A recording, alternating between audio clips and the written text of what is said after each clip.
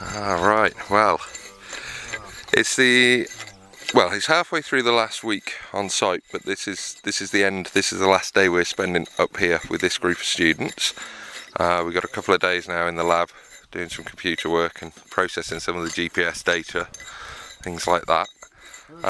You can see we finally got through to the base of this trench, across most of it, and it's coming along nicely. What we've got was there was a large, underneath the soil that had spread over the area, there was a large spread of burnt soil,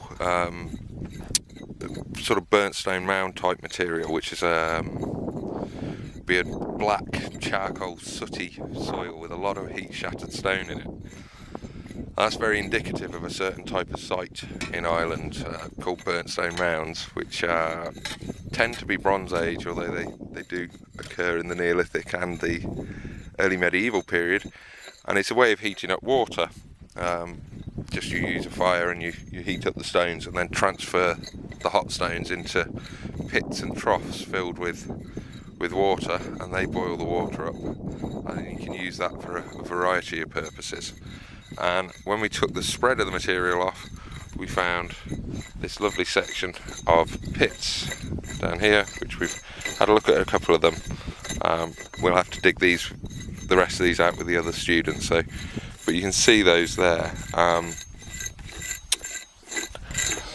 and it looks like there's certainly 3 intercutting pits there, another one in down there as well. But we've also found that, and I don't even know what that is really. It's a massive pit full of really big stones. Well, that's what it looks like. It doesn't seem to be natural, it does seem to have an edge on it. So whether that's stones that have been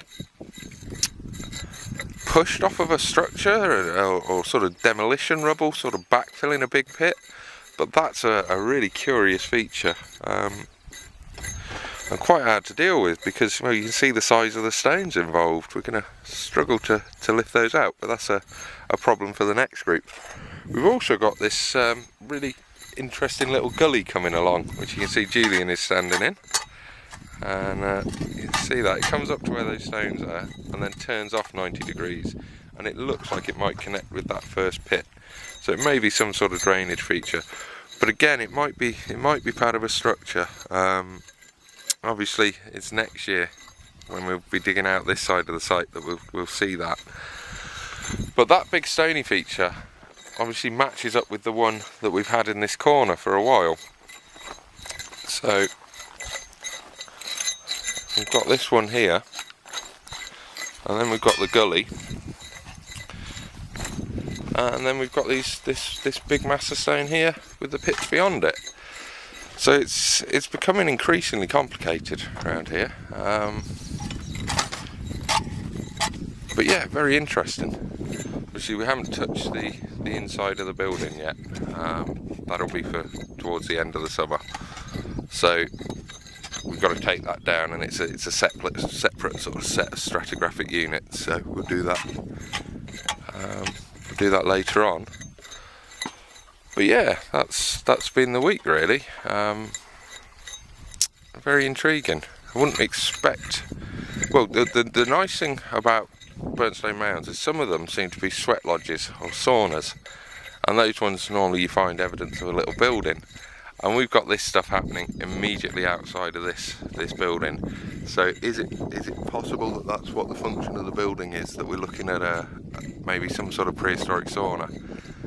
We'll find out later on. I mean, that's fairly speculative at the moment, but it's certainly a possibility. Well, the next things, once these guys are finished, is we're going to open up this square here and see the rest of the mound coming round. Which really, I think we're going to have to start terming a revetment at this stage, because there's no trace of it out here. So it's only a half mound. And then once we've got that opened up, we'll take a bit off over there and finish this, and then tackle the interior of the hut. So that'll be the second half of the summer. But for the end of module 1. This is their last day on site, so everyone want to say goodbye? Bye. Goodbye.